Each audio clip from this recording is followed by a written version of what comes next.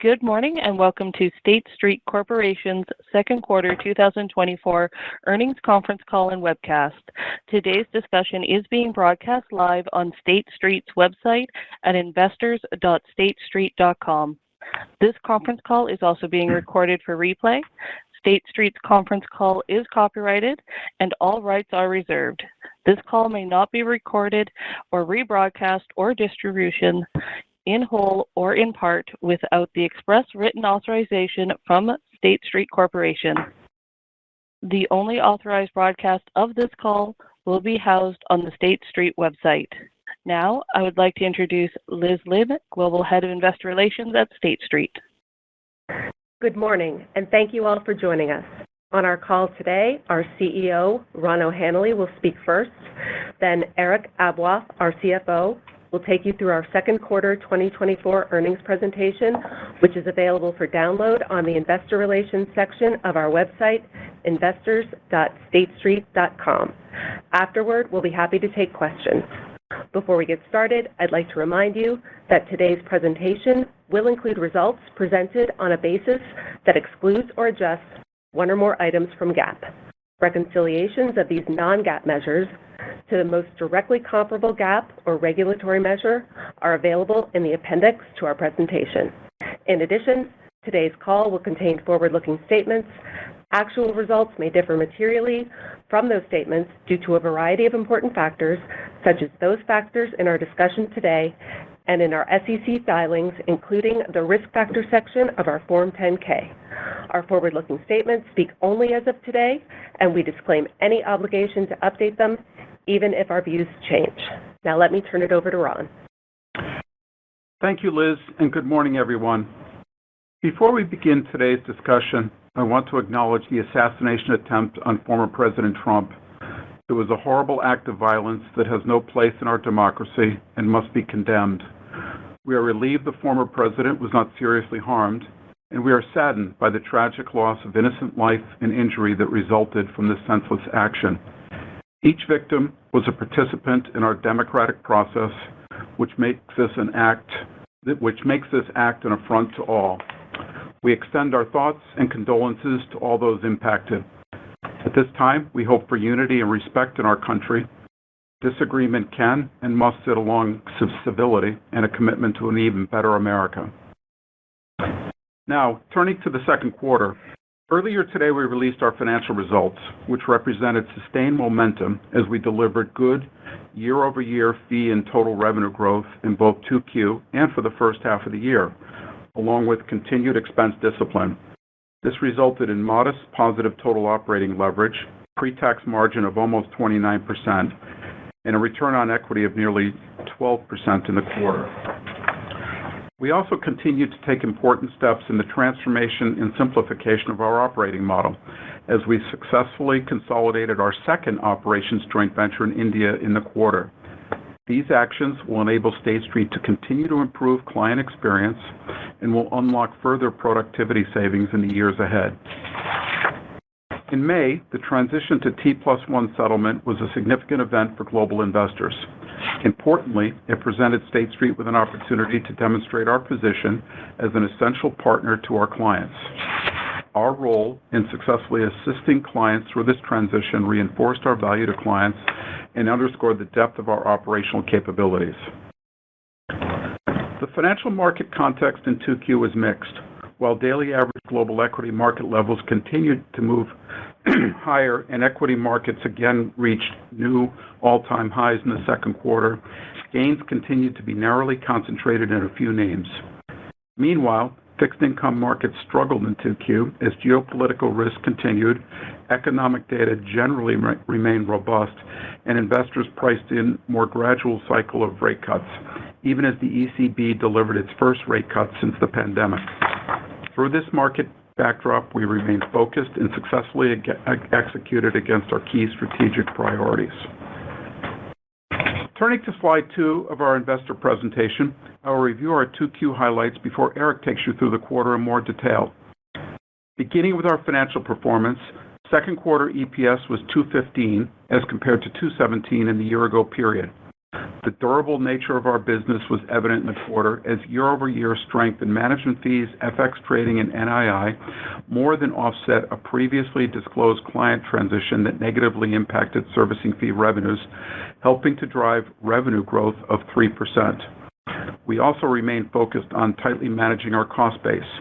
While continuing to make investments in our businesses, 2Q total expenses increased by less than 3% year-over-year, supported by our ongoing productivity efforts. Turning to our business momentum, which you can see in the middle of the page, we continue to execute well against our strategy, making progress in a number of key areas aimed at generating further fee revenue growth, which gives us confidence in our positioning as we look ahead. Within asset services, we generated AUCA wins of $291 billion, which was well distributed regionally, and included more than $200 billion of faster-to-install back-office custody, in line with our targeted sales strategy. Encouragingly, roughly a quarter of the AUCA wins this quarter came from an alpha mandate in the APAC region. The win is a large new client for State Street, covering a broad set of our services, including the back office. This mandate is another proof point that Alpha is an attractive client value proposition globally. Alpha creates a clear competitive advantage for State Street that strategically positions us to deepen existing client relationship and, as demonstrated this quarter, win new long-term client relationships, in turn helping to drive future growth. This ongoing new business performance, coupled with an anticipated increase in installations, positions us well for future servicing fee growth.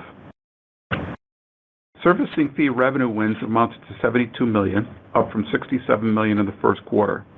This is the fourth quarter in a row of strong servicing fee revenue wins, totaling over $330 million over the last 12 months. Our pipeline is strong, and we remain confident in our ability to achieve our increased servicing fee revenue sales goal of $350 to $400 million this year.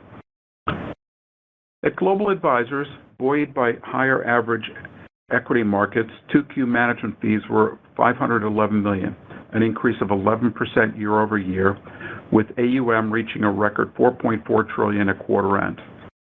While GA experienced aggregate net outflows in the quarter, it was largely driven by a limited number of client rebalancings. Encouragingly, we continue to make progress in a number of key strategic focus areas. For example, total net ETF inflows amounted to $6 billion, benefited from continued market share expansion in U.S. low-cost equity ETFs. Regionally, we also saw SPDR gain market share in EMEA. Elsewhere, Global Advisors announced a planned strategic investment in Envestnet, a leading provider of integrated technology, data, and wealth solutions. This investment, consistent with State Street's wealth services strategy, will enhance Global Advisors' access to the independent wealth advisory and high net worth distribution channels, driving future growth.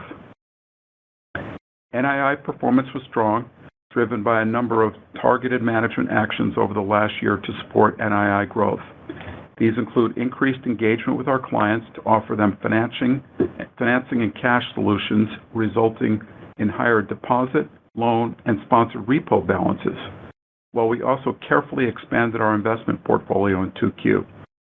These actions have contributed to 3 quarters in a row of sequential NII and revenue growth, as well as positive total operating leverage in 2Q. Our balance sheet remains strong, enabling over $400 million of capital return in the second quarter and over $700 million year to date. Our financial strength was evident with the release of the Federal Reserve's annual stress test results in June. Subsequently, and consistent with our commitment to return capital to our shareholders, we were pleased to announce our intention to increase State Street's quarterly common stock dividend by 10% to 76 cents per share beginning in the third quarter, subject to approval by our board of directors. As we look ahead, we remain committed to returning excess capital to our shareholders this year, subject to market conditions and other factors. To conclude, our strong start to the year continued in the second quarter. We delivered both fee and total revenue growth, which supported modest total operating leverage year over year, and a return on equity of nearly 12% in the quarter, all while continuing to make significant investments in our business, controlling expenses, and returning capital to our shareholders. I am pleased with the progress we are making to drive better business momentum and sales performance as we execute against a sharpened revenue strategy. We recorded another alpha mandate win in the quarter, which demonstrated the clear advantage the strategy brings to our organization by delivering a large and completely new client relationship to State Street. We already have good line of sight into 3Q and remain confident in our ability to deliver on our goals of 6 to 8 new alpha clients and $350 to $400 million of servicing fee revenue wins this year. And with that, let me hand the call over to Eric, who will take you through the quarter in more detail. Thank you, Ron, and good morning, everyone. Starting on slide 3, we reported EPS of $2.15 for the quarter as compared to $2.17 in the second quarter a year ago. EPS was slightly lower year-on-year, but would have been positive growth were it not for an $18 million reserve release last year. As Ron noted, we delivered 3% revenue growth year-over-year, reflecting both higher net interest income, up 6%, as well as higher fee revenues, up 2%, which supported modestly positive total operating leverage in the quarter. The second quarter's strong performance contributed to an encouraging first half of the year, with both positive fee and positive total operating leverage on a year-to-date basis, excluding notable items relative to the prior year period. Turning now to slide 4, period-end AUCA and AUM again increased to record levels, largely supported by market tailwinds. As you can see on the right panel of the slide, market indicators related to our trading business remained challenging in the quarter, though we were pleased to see improved client volumes across our FX trading venues, which I will discuss shortly. Turning to slide 5, servicing fees declined 2% year-on-year as higher average equity market levels and net new business, excluding a previously disclosed client transition, were more than offset by pricing headwinds and lower client activity and adjustments, including the asset mix shift into lower earning cash and cash equivalents. The impact of the previously disclosed client transition was a headwind of approximately 2 percentage points to year-on-year growth, while lower client activity and adjustments, including the asset mix shift into cash, was a headwind of approximately 1 percentage point on year-on-year growth. In addition, we saw the pace of quarterly installations track below expectations in 1Q and 2Q. We do, however, anticipate a pickup over the next few quarters as our higher level of recent sales begin to onboard. Sequentially, servicing fees were up 1%, reflecting higher average equity market levels and client activity as transaction volumes ticked back up and we saw clients start to put cash back to work. We generated $72 million of servicing fee revenue wins in 2Q and more than $330 million over the last 4 quarters, with the vast majority in back office, consistent with our strategy to prioritize faster installing custody mandates. At period end, we had $276 million of servicing fee revenues to be installed and $2.4 trillion of AUCA to be installed. Moving to slide 6, management fees were up 11% year-on-year, primarily reflecting our higher average market levels and net inflows from prior periods, partially offset by the impacts of our strategic ETF repricing initiative, which we believe is starting to pay off in both volumes and revenues. Sequentially, the benefit of higher average market levels was offset by net flows and lower performance fees. We are pleased with the steady growth we are delivering in global advisors. In the second quarter, we continue to expand the breadth of our offering through the launch of new funds as we continue to broaden our product range and geographies. Our investment management business had healthy pre-tax margin of 32% in the second quarter, up 3 percentage points year-on-year, and up 8 percentage points quarter-on-quarter. Now turning to slide 7, as I noted, we saw a very nice uptick in client activity in our markets business, with higher volumes across our major FX venues. This helped to drive FX trading revenue growth of 11% year-on-year, though volatility remained muted with compressed margin. Securities finance revenues also benefit from higher balances on both agency lending and prime services. However, our U.S. specials activity was subdued in the quarter, which impacted margins and contributed to the year-on-year decline in securities finance revenues. Moving to software and processing fees, second quarter performance continued to benefit from strong client engagement with CRD, though the cadence of on-premise renewals negatively impacted year-on-year performance, which is shown in greater detail on the following slides. On slide 8, as you can see, software-enabled and professional services revenues increased 17% in the quarter, and we expect these revenues to represent a greater proportion of our front office software and data business over time, as we transition another 20 clients from on-premise to more durable SaaS model over the last year. As we outlined in May, we believe our software business can be a significant revenue growth driver for State Street, potentially reaching $1 billion in annual revenues over the next 5 years. In addition, we are pleased with the continued momentum we're seeing in Alpha. We reported an additional Alpha mandate win, and 2 mandates went live in 2Q, bringing the total number of live mandates to 23 at quarter end. As Ron mentioned, this quarter's Alpha win represents a brand new 10-year relationship with a large APAC client. We view long-term Alpha mandates like this are a key benefit of our differentiated Alpha strategy. Turning to slide 9, NII was stronger than expected this quarter, up 6% year-on-year and up 3% sequentially to $735 million, as higher investment portfolio yields and higher loan growth more than offset continued deposit mix shift in both periods. In addition, on a quarter-on-quarter basis, we proactively increased our investment portfolio balances at higher yields, which benefited NII. Looking at the strong quarterly performance, relative to our expectations in early June, we did see an inflow of valuable non-interest-bearing deposits in mid-June and again in late June as clients geared up for the holiday weekend, although I would note that we did see some reversal during the first week of July.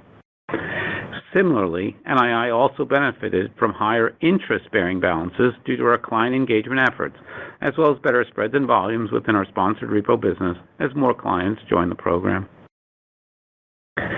Average deposits increased 7% year-on-year and 1% quarter-on-quarter.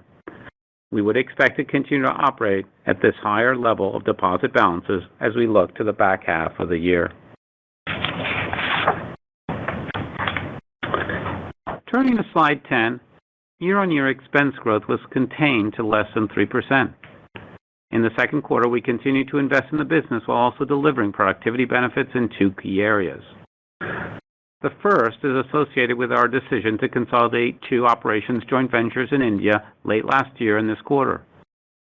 The year-on-year savings associated with these 2 JV consolidations are approximately $20 million in the quarter, excluding integration costs.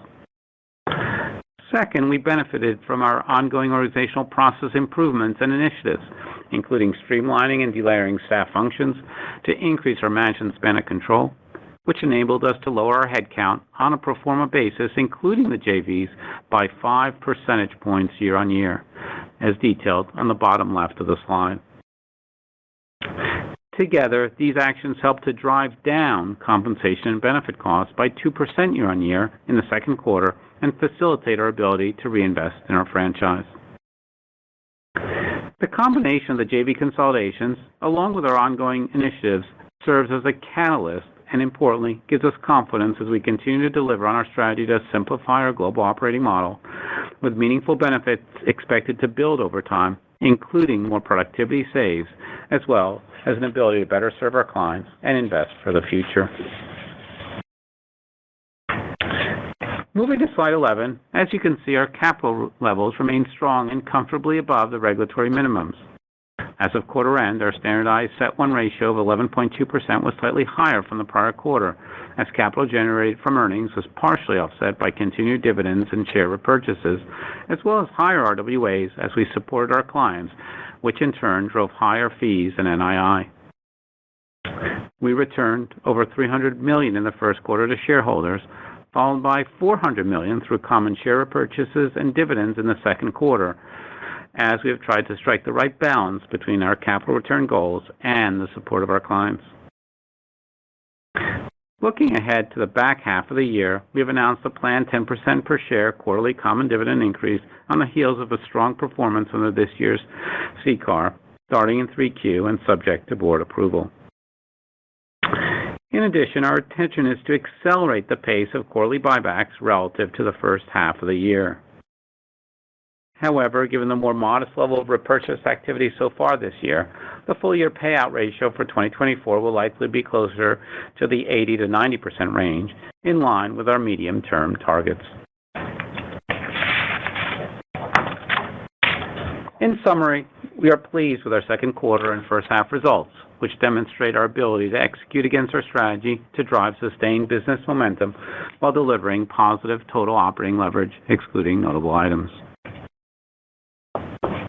With that, let me cover our improved full-year outlook, which I would highlight continues to have the potential for variability given the uncertain economic and political environment we're operating in.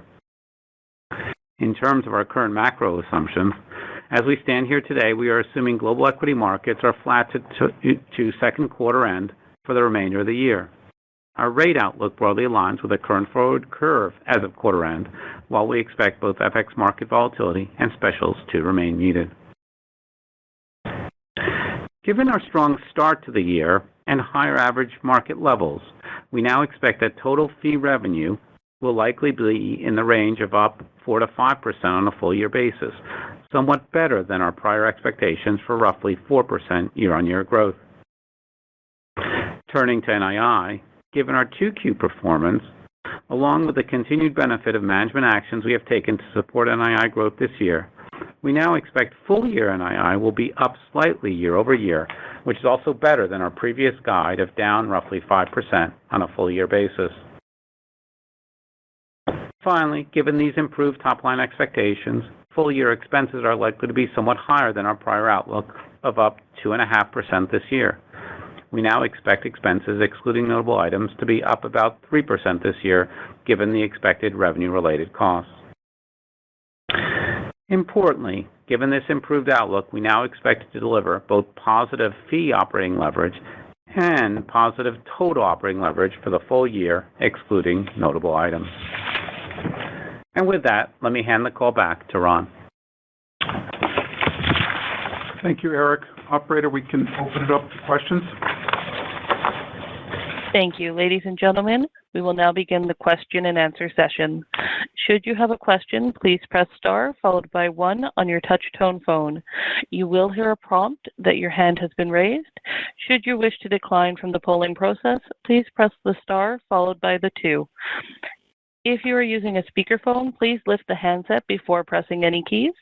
Please limit yourself to 1 question and 1 follow-up before rejoining the queue. 1 moment for your first question.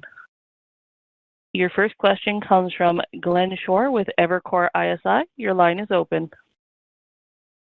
Hi, thanks so much. Question on Global Advisors. You had some institutional-led outflows in the last 2 quarters, despite the strong markets. I'm just curious how much of that is a function of rebalancing, and are we supposed to expect more going forward given the strong equity markets, and are you seeing similar trends in your custody base? Thanks. Yeah, hi, Glenn. It's Ron.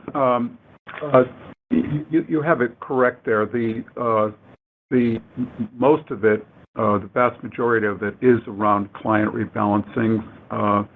In one case, an extremely large client that's rebalancing away from certain asset classes. So it's idiosyncratic. We don't expect it to continue, and we feel very comfortable with the trajectory that Global Advisors is on, both in the institutional business and in the ETF business. Okay. Ron, while we have you, there's been several articles over the last year or so talking about a certain European bank potentially selling their servicing platform. You've been linked to it, as you should be. You've been great in consolidating things in the past. So I'm not asking you to comment on that. I am asking, as some shareholders just prefer buybacks, which you might think is near term, I'm curious on your thoughts conceptual on how you approach these things, if there were any lessons learned from the Brown Brothers Harriman saga, and just conceptually how you're thinking about any consolidation opportunities in services. Thanks. Yeah, so Glenn, I mean, we've been pretty consistent about this. We have a very, very strong market position. Now, some of that in the past has been built by M&A. If you go back to the 2000s, but if you think about where we are now, it's very strong, and the vast majority of our activity is around organic build-out of our business. Some of that just in terms of focusing on clients within geographies, and some of that focused on building capabilities and extending them to other geographies. That is by far what our focus is. To the extent, and I've said this in the past, I mean, M&A is not a strategy, but if it can help us to effectively implement our strategy and it is superior to, it passes the test of being superior to a return of capital to shareholders, then we'll consider it. But our focus is on building out organically, returning capital to shareholders at a reasonable pace, and continuing to excel at what we do. Thanks, Ron.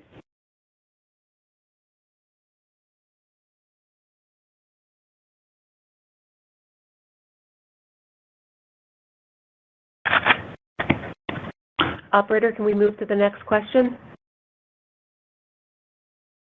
Your next question comes from Ken Usdin with Jefferies. Your line is open. Thanks. Good morning. So great result on the NII, and we heard the updated outlook for slightly up this year now. Erica, just wondering, that would still imply a lower second half versus this really strong second quarter. And I know there's a lot of uncertainty still out there in the environment. So can you just help us think through what are you contemplating in terms of how deposits track from here, and what caveats should we continue to think in mind if in fact there is still the second half comes off of this second quarter real strength? Thanks. Ken, it's Eric. As you said, we're pleased with the second quarter results on NII. Some of that is the interest rate environment, but a good portion of that is the management actions we've been taking in terms of engaging with our clients on deposits and really being there for them on both sides of the balance sheet as we lend and support their growth as well. This quarter was particularly strong. We had a nice tailwind from long-term rates. During the quarter that helped. You saw us build out our investment portfolio a little more. Deposits ticked up second half of June and towards the end, especially in non-interest bearing.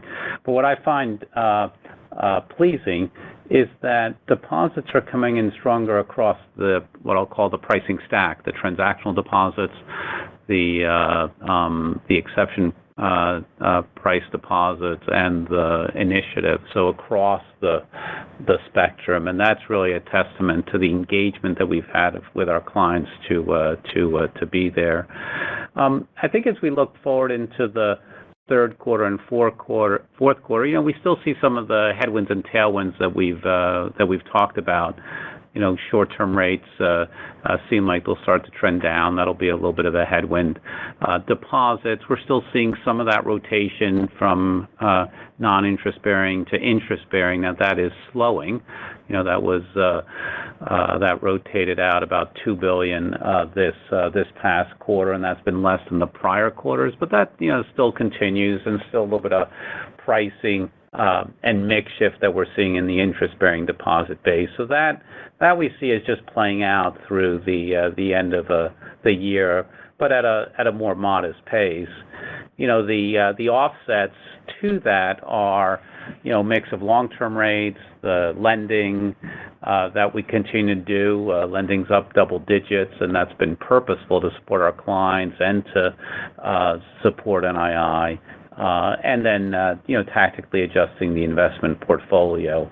And so it's the net of those that probably will come in with some erosion over the next couple quarters. But we're seeing a place where deposits are, could come in at a nice and robust level on our balance sheet.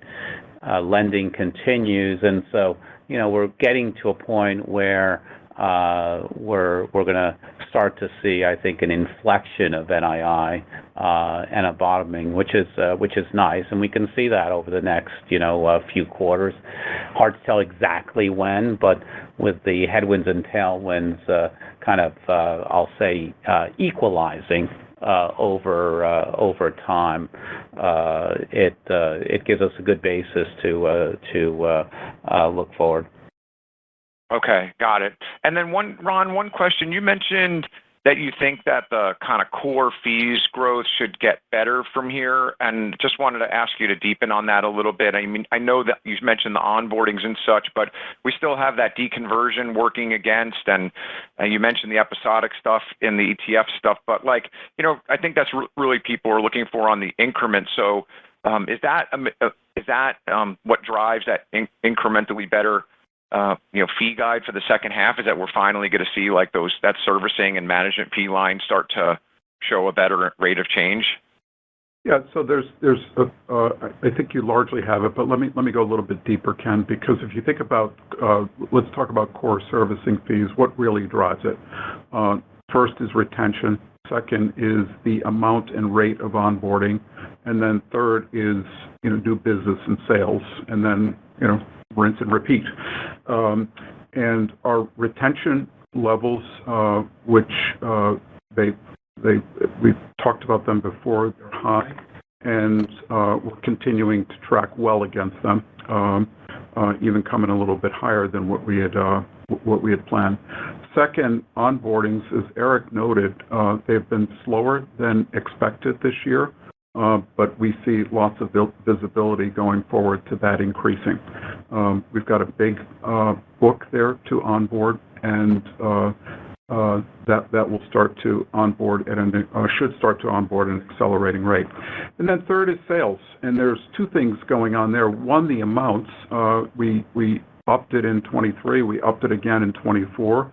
We're on track for that increased servicing fee sales target, but we also have disproportionate focus on traditional back office fees, either standalone or if they're associated with alpha, making sure that when an alpha assignment comes on board, the back office conversions occur first. It's part of the learning in this whole alpha process. So that by itself gives us encouragement, and then, and Eric will probably want to go into this a little bit more, the deconversion that it seems like we've talked about forever. I mean, we're hitting bottom right now in terms of that, so we'll start to see improvement on that as a comp and as its effect, and move beyond it starting in the next quarter or two. So that's servicing fees and management fees. We are very encouraged by what we're seeing at SSJ. It's been it's part of a carefully crafted strategy, both in the institutional and ETFs. We've talked about ETF flows. We've talked about market share in the very important low-cost ETFs, which in effect represent penetration into the retail market. All that is working well. And then finally, we've had this historically low volatility in FX. Nonetheless, the team has been highly focused on continuing to build share within our clients to move up on the panels, and you saw some of that pay off in terms of FX and securities finance. Again, there's been a new strategy put in place there and some progress there. So, this is much of what we do is a game of inches, but there's a lot of inches coming together here that we feel quite good about. Great. Thanks for that, Ron. Your next question comes from Brennan Hawken with UBS. Your line is open. Good morning. Thank you for taking my questions. Would like to start with Euro deposits, the ECB cut rates this quarter. So curious to hear, I know Euro, I believe, is your second biggest currency in your deposit base. So curious about what impact that you saw from that cut. Where was the beta on that cut? And was it roughly equivalent to the betas you saw on the final increases? And based on that experience, how does that inform your expectation for when we see cuts in the Fed funds? Brennan, it's Eric. It's nice to see the interest rate environment top out and begin to reverse, though I think it'll reverse slowly. We've seen the beginning of that, and it feels like it'll take some time, which will be fine, because remember, our portfolio and our balance sheet is roughly neutral and relatively insulated now from interest rate increases or decreases. We have a slight sensitivity across the balance sheet, but it's slight. It's if all central banks across the curve cut rates by 25 basis points, we're talking about $5 million, per quarter impact on a $2.5 billion base of full year NII. So that's we're talking about small effects. To your point, euro is a good place to start because euro rates increase lagged on the way up, and now are starting to move in the opposite direction. We have said, and the euro experience on this first rate move has demonstrated that we expect largely to see symmetry in the betas. So as rates rose, we lagged, and then the betas increased over time towards the back end of the rate cycle. And what we've said is, area by area, transaction rate deposits, exception rate deposits, and the initiative rate deposits will tend to see the reversal of that. And so specifically in euros, we did see that. The beta on the first tick down was similar to the beta on the last tick up, and I think is a good representation largely of what we expect to see. And that means that if you step back even further, we feel like our pricing is set at a healthy level.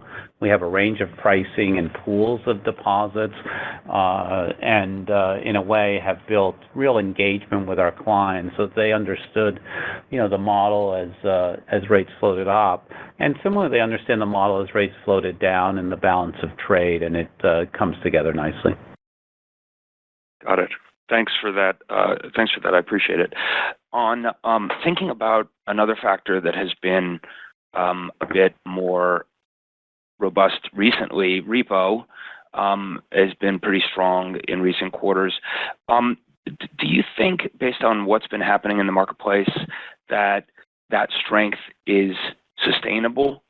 And it seems as though the NII story is playing out better than you had originally anticipated, obvious given you brought up guidance, but, is that another X factor that could allow for the back half of the year to maybe see less of a pronounced step down than your improved guidance seems to continue to embed? Brendan, it's Eric again. There's been a lot of talk about repo, notwithstanding that most of the NII we earn on our balance sheet is really based on deposit funding and lending. So 90% of our NII is around deposits, loans, investment portfolio. We're talking about 10%, which is on repo. So just for context, and it is true. Repo NII came in a little bit better than expected in the second quarter. Why? Because there was some dislocation in the overnight repo operation of the Fed relative to SOFR. So clients came our way. We also saw dealer balance sheet strain, but the higher than expectation was in the $5 to $10 million range. It's not it was nice to take, and it was nice to be there for our clients. But in fact, repo's been relatively flat, actually down a smidge over the last couple quarters, and that's because it tends to be a thinner margin, but a useful way to accommodate our clients. And we think it's not going to be a large driver of the coming NII. It's fully included in our guide. I think the real big moving parts are really around deposits, loans, and then followed by investment portfolio and the mix of long and short rates that we'll see. Thanks for taking my questions. Your next question comes from Jim Mitchell with Seaport Global. Your line is open. Hey, good morning. Eric, maybe just following up a little bit on the NII story. You talk about potentially an inflection coming. Can you discuss maybe the timing of that? And then when I look at your asset yields, the HTM book is still weighing that down. Can you talk about maybe the pace of maturity on that HTM book that's yielding a little over 2% and how long it takes to kind of get that coming back in? Is that a big part of your inflection story next year? Thanks. Jim, it's Eric. Calling an inflection or a turn in NII is one of the hardest things to do, and so we've been, our outlook is that in the next few quarters we'll begin to see that, but we'll first go from the trends that we're seeing to a stabilization. It'll bounce around some, and then over time tick upwards. The factors are multifaceted and with a number of ins and outs. You're right, the investment portfolio is turning over. It turned over quite a bit in the second half of last year. It's now turning over by about maybe $3 to $4 billion a quarter, and that's across HTM and AFS. And because there are some longer dated bonds in HTM, those roll through a little more slowly. But in a way, what we have is a sustained amount of, I'll say, tailwind that comes with that, because remember the roll-ons in the portfolio versus the roll-offs, those are worth a solid 250 basis point of spread differential, and that'll play through the books as a nice tailwind, assuming long rates stay, somewhere in the area, and and the primary change on the curve is at the front end. So I think it'll be a component. Right now, the biggest component is really the deposit mix, pricing, levels of non-interest bearing. That's what's moving the needle the most. I mean, all these factors matter. And I think as the deposits stabilize, and we've started to see total deposit levels stabilize the last few quarters, we have to see now the mix stabilize. Once that happens, the natural benefit from the investment portfolio rolling through, right? And then the growth in loans, and you've seen us lean into lending. Lending's up more than 10% year on year because we're trying to be out there for our clients. And as we lend to our clients, they actually often do additional servicing business with us. That factor and the investment portfolio and the long-term rates will then turn to a net positive impact on NII in the coming quarters. Okay, that's really helpful. And maybe just to your point on deposit growth being a key driver, now that we're looking at rate cuts, QT is less. Do you feel like rate cuts can be a catalyst for growth based on historical experience? How do you think about getting back to kind of more normal growth levels in deposits? What do we need to see? I think the direct answer is that the rate environment has moved around quite a bit, and we've seen the deposit effects from the rate environment. I think those are relatively those have been telegraphed through the banking system, and we've also seen the Fed balance sheet actions as they've been tightening conditions with their balance sheet, although that's slowing, and then the overnight reverse repo operation is an easing. We've seen that telegraphed through. So I think the exogenous factors that have driven deposits over the last 2 years have largely been telegraphed, and the modest number of interest rate cuts I don't expect to have that much of an impact on deposit levels. We'll see, but that's our kind of sense from talking with our clients and analyzing the vast array of data that we have. What we feel will make the difference over time is sales. So we talk a lot about servicing fee sales, targeting $350 to $400 million this year. That's up from $300 million the year before and even less than the year before that, and with a tilt towards custody. And remember, it's the custodial activity, not just the accounting or the middle office, but the custodial activity that brings with it balances, deposit balances, because they're needed as part of the buffer or to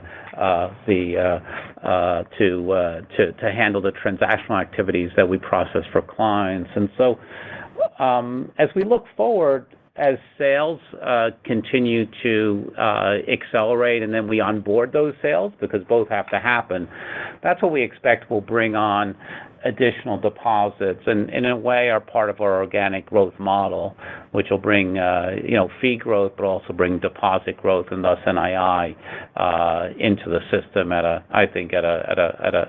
nice rate, and it'll be year by year that'll help drive growth. Okay, all very helpful. Thanks, Eric. Your next question comes from Betsy Graseck with Morgan Stanley. Your line is open. Oh, hi. Good morning.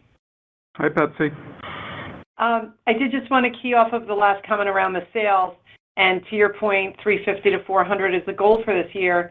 Obviously on page 5, you show us what the rev wins are for 1Q and 2Q, 67 and 72. So that leaves us with an expectation that you're going to be able to bump that up pretty aggressively towards, the 105 level for each of 3 and 4Q. And so it gets to my question of what gives you the confidence in that? Is that a function of these are already sales that are, in contract and it's just the installation of the new wins that hits this page, and so that gives you a lot of confidence that you can, generate that 105 level in each of the next 2 quarters? Yeah, Betsy, it's Ron. Let me take that. Firstly, just to clarify these numbers that we're talking about are sales and not installs, right? Right. So it wouldn't include anything that's under contract and and subject to onboarding at this point. But I think the way to think about it is this, that if you that's why Eric gave the 4-quarter number there. Third and fourth quarter historically for us tends to be a little bit better. The second half of the year is a little bit better than the first half of the year. So that's point number 1. Point number 2, the pipeline. And we feel pretty good about the pipeline. So that's why we're continuing to affirm confidence in that target that we have of $350 to $400 million. Got it. Perfect. Yeah, and I can see in last year, the second half was 3x, 2Q. So, history, yes, obviously shows that should happen. So that's great. Okay, so then follow up. Betsy, let me clarify the first part of my message because I was not clear there. Okay. The number would include things that are in contract, but not include anything that's actually been onboarded. So when you see the to be onboarded number that we have out there, that includes basically past sales. So I hope that's clear. I didn't mean to confuse that. Okay. Appreciate it. Thank you. And then the follow-up just on the buyback. I understand you've got, the opportunity for increasing buybacks, and I'm expecting that you're going to be flexing that versus your SLR constraint. Is that fair? And with SLR at 6.3 and the minimum at 5, that feels like you've got a lot of room. So just want to understand how you're thinking about what the, what level of SLR you want to hold. Regulatory minimum is 5. What kind of buffer should we expect that you're anticipating holding on top of that, just as we're working through our models on how much buybacks we estimate for you? Thank you. Betsy, it's Eric. Let me take that as we had said, and you're reflecting on, buybacks were lighter in first quarter at $100 million. Then we booked $200 million in second quarter. We expect that pace to accelerate into the third quarter and then again into the fourth quarter. So that's our intention, and we have a good amount of room and capital generation each quarter to be able to deliver on that. In terms of the constraints, the ratio constraints, the most important one for us, and I think for our various stakeholders, is the CET1 ratio, and that I think we can continue to operate at a good pace, at a good level, but also that allows us a good pace of accelerating buybacks. The Tier 1 leverage or the supplementary leverage ratio are informative, but actually relatively manageable, right? With the right level of preferred equity, we can operate where we need to. I think we've been clear on Tier 1 leverage what our range is, and we'll operate within that range, and we can adjust the preferred equity stack as necessary. We've not really formalized, at least externally, a supplementary leverage ratio range, but I'd say it kind of flows in a similar way as the Tier 1 leverage, and you can think of those as related from a conceptual and operational standpoint, and both of them are eminently manageable and are not really the constraint when it comes to common share buybacks.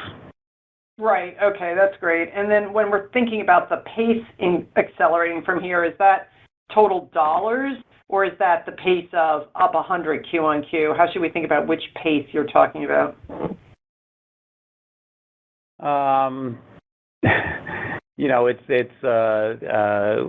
When we talk buybacks, there's always depends on market conditions and the environment and so forth. So we always want to be careful with that, and you'd expect that of us as a well-run and a management team that's both careful but also leans into capital return. And you've seen our commitment. I think we certainly feel the $100 million in the first quarter was, below what we would have liked to deliver. We feel the $200 million was below what we would have liked to deliver. So I think there's a solid increase coming. You can think about it in dollar terms.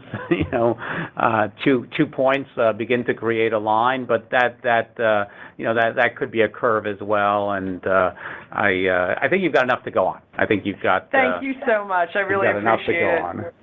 Yeah, no, I really appreciate it, and I appreciate the conceptual chart. Thanks so much. You're welcome. Your next question comes from Mike Mayo with Wells Fargo Securities. Your line is open. Hi. Hi, Mike. I just want to make sure I understand what you're saying and not read too much into it. But I think what you're saying is, over the next 2 quarters, you should be pretty much done with the NII declines, be pretty much done with the non-interest-bearing deposit declines, and you should be pretty much done with the decommission of the major client. Am I reading too much into that, or did I hear that correctly? Mike, it's Eric. With regard to NII and non-interest-bearing deposits, I've said the next few quarters, so I'm giving myself a little bit of room, to be honest, because it's hard to predict perfectly, and so I'll stick with a few quarters. I think that kind of works, and that certainly covers your range and maybe a little bit more. So we just want to live through this, but we can see. I think over the horizon here in a way, and that's what we wanted to communicate. On the client deconversion, if you recall, we said this would be the largest year on a year-on-year basis. It was originally worth about 2 percentage points of total fees. We said about a percentage point year-on-year this year, 0.5 point year-on-year last year, and about 0.5 point year-on-year next year. So by the end of this year, we'll be through, I'll call it 3/4 of the effect, but there'll still be a piece of that coming through next year, and then it'll be behind us. And you also mentioned continuing pricing pressure, which we've talked about for about 30 years, which is nothing new. But you did highlight pricing pressure. So in what context are you referring to? I imagine like your new win in APAC, I assume spreads are better, in Asia and outside the U.S. than in the U.S. So when you talk about pricing pressure, where are you seeing it? Mike, it's Eric again. I think we talk about pricing pressure because just part of the natural course of events, right? We get pricing increases from market upticks, and then with clients they ask for a part of that back. That's just how the business has operated, as you say, for the last 30 years. This quarter and last quarter and this year and for the rest of the year, we expect pricing headwinds to be in line with the previous years and guidance. We've said pricing headwinds of about 2% per year. We're not seeing any more or any less of that.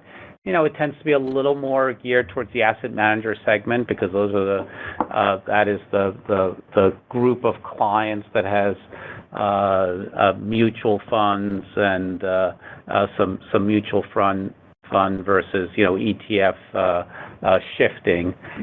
But it's not we're not seeing anything out of the ordinary or anything that is unexpected at this point. And then one last one to follow up on that. I mean, I guess maybe as goes your clients, as goes any company, or as goes State Street. And with the record high stock markets and historically such a strong position with the mutual funds, which you just mentioned, are you seeing that uptick, or is it still a slog for your big long only asset managers that are your legacy strength? Mike, it's Ron. Let me take that. I mean, I think that as you would know as well as anybody, the business continues to change. And we've seen the continued move from the mutual fund to the ETF to the SMA. But you're also seeing these firms, particularly the well-managed ones, respond. And they're responding in a couple of ways. I mean, one, new product types. Even the most traditional mutual fund companies now have pretty interesting ETF lines. Most have, if they're involved in the DC 401k business, they've got a mutual fund offering, but they've got a collective trust offering too. So, they're responding to that market pressure. Most of them are figuring out ways to participate in the wealth business, and we continue to respond and support them in that. So the nature of the business is changing. In some cases, some things were more lucrative than others, and so what you're also finding in those businesses, they're very focused on their cost base, their technology stack, their operating stack, and again, that presses in our favor as we think about the alpha front-to-back solution. We're the largest middle office provider by far in the industry, and we've gotten quite good at that. So we describe ourselves as an essential partner to our clients, and I think that plays through both in supporting them in their revenue and product activities as well as their cost and operations. Okay, thank you. Your next question comes from Vivek Juneja with JP Morgan. Your line is open. Hi, thanks. Eric, I just have a quick follow-up trying to understand your NII guidance. I look at your U.S. interest-bearing deposit costs. Linked quarter, they actually declined. Did you actually start cutting rates? Was there something else that drove that? Can you give some color on that? And is that likely to continue? Vivek, it's Eric. I would describe that as just part of the normal volatility that we'll see in deposits. I mean, we run such a large franchise, and our clients' transactional activity tends to vary over time. But we're seeing, healthy levels of deposits across dollars, across euros, and so we haven't seen anything particularly surprising in one area or another. I think total U.S. interest-bearing deposits, if you look at our addendum, are up slightly. Euros are up slightly, and so on and so forth. So, and to the extent that there are some movements, not driven by our pricing actions per se.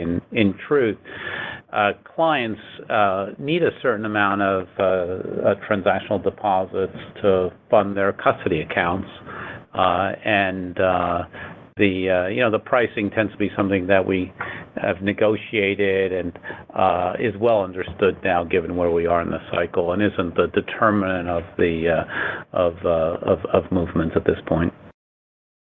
Great. Thank you.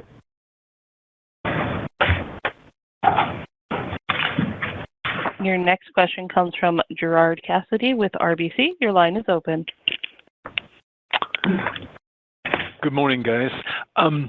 Ron, you mentioned in one of your answers about the servicing and management fees that foreign exchange activity, the volatility was actually quite low relative to history. Can you share with us what drove that? And then second, what macro factors should we keep an eye on to see, to drive that volatility higher as we go forward, especially in view of the geopolitical environment we're all living in? Well, I'll start, but Eric runs this business, so I'll quickly turn it over to him. But I think if, what's caused it, I mean, there's been really remarkably low dollar volatility. And I think some of the things that have been driving that, one is just the simple strength of the dollar for an awfully long time. And it's almost become, too dangerous a thing to bet against the dollar.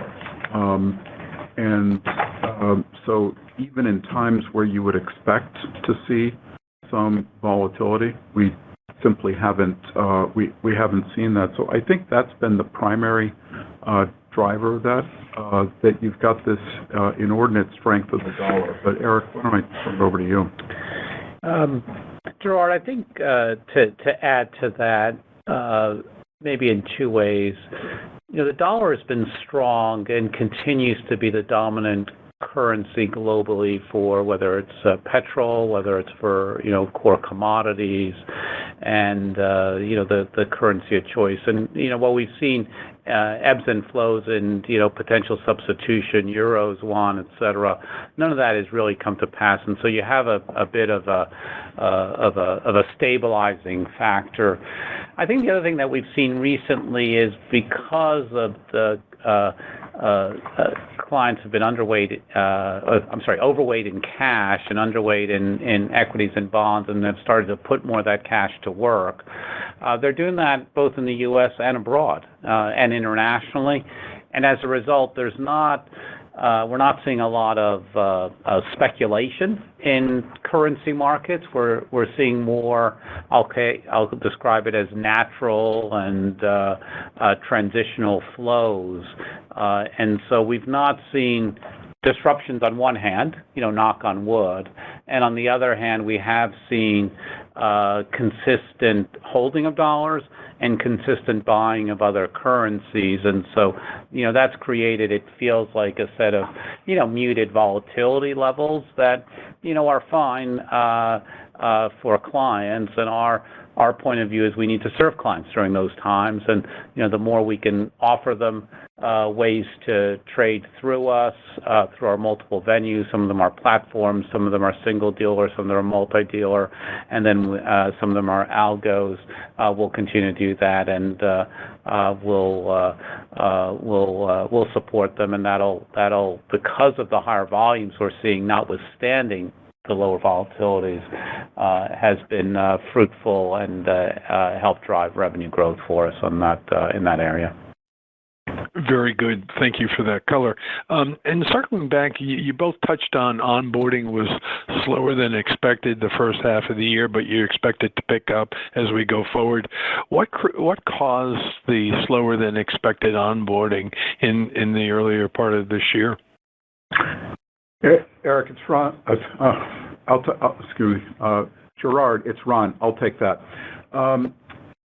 It's concentrated in some large clients that also happen to be development partners, and I think we've talked about this concept of development partners. These are early partners that joined us in this journey, and we're doing a fair amount of development around that. So that's caused some of it.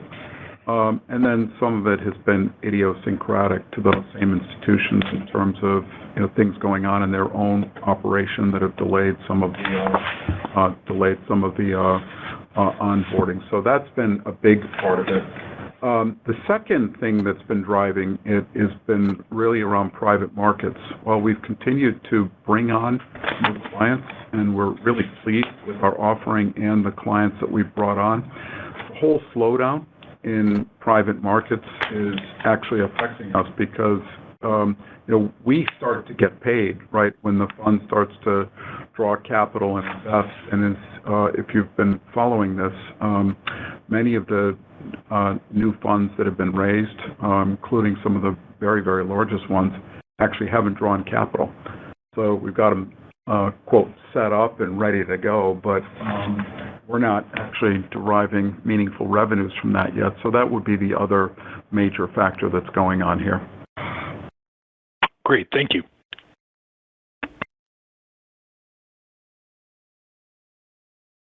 There are no further questions at this time. Ron, please continue. Well, thanks everybody for joining us.